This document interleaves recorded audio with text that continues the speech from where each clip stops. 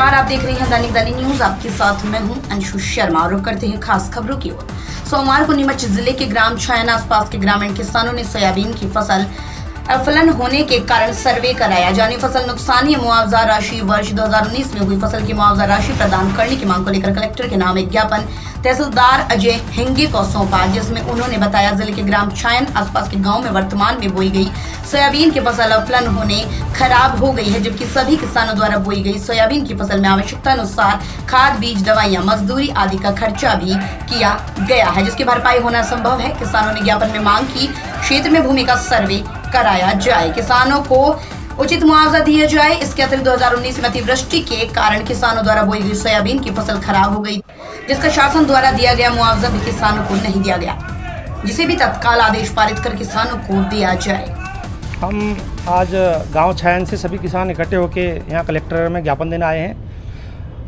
वहाँ क्या हुआ कि हमारी फसल जो सोयाबीन बो रखी थी वो अफलन, क्या मतलब किस स्थिति की वजह से, प्राकृतिक आपदा की वजह से अफलन हो गया। मतलब ये जो सोयाबीन है आप देखो, इसमें ना तो फूल है ना फली आई, कुछ भी नहीं आया है, बिल्कुल अफलन हो गई है। उस वजह से हम यहाँ आए हैं, तो उसका सर्वे करवाया जाकर उसमें मुआवजा व बीमा क्लेम के लिए कलेक्टर साहब आदेशित करें, इसके लिए हम आए हैं। और एक और कारण यह रहा कि 2019 में जब अतिवृष्टि ज़्यादा वर्षा हुई थी, उससे फसलें चौपट हो गई थी, तो उसमें शासन द्वारा मुआवजा तय किया गया था। तो हमारे केवल गांव छायन में, आसपास के गांव में पूरा 100% दिया था, लेकिन छायन के लिए बोला था कि 4 किस्तों में प्रदान करेंगे, तो उसमें से केवल 1 किस्त मिली है, बाकी 3 किस्तों का मुआवजा हमें अभी तक नहीं मिला है। तो 2019 से 2021 आ गया है, तो उसके लिए भी हमने ज्ञापन में कहा है, सर से प्रार्थना की है कि वो भी हमको मुआवजा दिलाया जाए, और ये बीमा अभी जो फसल चौपट हुई है अफलन के कारण उसमें भी उचित मुआवजा दिलवाया जाए, क्योंकि किसानों के अगर बिल्कुल खाद बीज वगैरह सब लगाए हैं और फसल चौपट हो गई तो समझ लो कि उनके पेट भरने के भी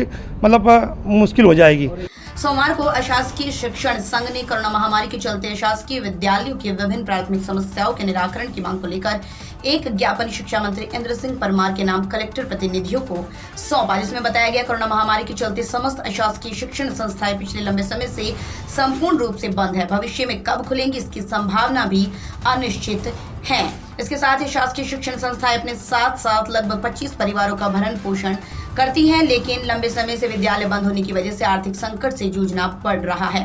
उन्होंने कहा निःशुल्क प्रवेश, छात्र छात्राओं की समस्त फीस का भुगतान अविलंब किया जाए। जिस प्रकार सरकार द्वारा अन्य वर्गों को विभिन्न योजनाओं में सहयोग प्रदान किया है, उसी प्रकार समस्त और शासकीय विद्यालय संचालकों को भी आर्थिक सहायता प्रदान की जाए। फाइनेंस कंपनीज की वसूली रोकी जाए। नीमच जिले से कोरोना की दर वर्तमान में शुरू हो चुकी है। निश्चित गाइडलाइन बनाकर कक्षा 1 से 8 तक का विद्यालय संचालित करने की अनुमति प्रदान की जाए। अशासकीय शिक्षण संघ ने ज्ञापन में मांग भी की है कि यदि प्रशासन हमारी मांगे पूरी नहीं कर पाता है तो हमें परिवार सहित इच्छा मृत्यु की अनुमति दी जाए। सर, निजी विद्यालयों की हालतें पिछले 2 सालों से बहुत ज़्यादा खराब है। शासन ने हर वर्ग को सहयोग किया है, चाहे वो एक ठेला गाड़ी चलाने वाला हो, चाहे किसान हो इस कोरोना महामारी में, लेकिन एक निजी स्कूल संचालक एक ऐसा वर्ग रह गया है जिसे शासन ने उसके हक का पैसा आरटी का भी अभी तक नहीं दिया है। हम शासन से सबसे पहले तो आरटी के 19-20 और 20-21 2 वर्ष के पूरे पेमेंट की 7 दिन में डिमांड करते हैं। अगर 7 दिन में हमें नहीं मिला तो हम उग्र आंदोलन के लिए त्वरित कार्रवाई करेंगे। दूसरी चीज़ कि टीसी की अनिवार्यता, शासकीय स्कूल वाले चोरी छिपे मैपिंग करके हमारे बच्चों को उनके स्कूल में मैप कर रहे हैं, तो हम उनके लिए टीसी की अनिवार्यता की मांग करते हैं कि सभी स्कूलों में टीसी की अनिवार्यता की जाए, ताकि शासकीय स्कूल वाले भी बिना किसी टीसी के प्रवेश न दे सके, जिससे हमारा जो गत वर्ष 2 साल से जो बकाया शुल्क है उसकी हमें भुगतान राशि मिल सके। तो फिलहाल की कुछ खास खबरों में बस इतना ही। बाकी की तमाम छोटी बड़ी खबरों से जुड़े रहने के लिए देखते रहिए दैनिक दलित न्यूज। नमस्कार।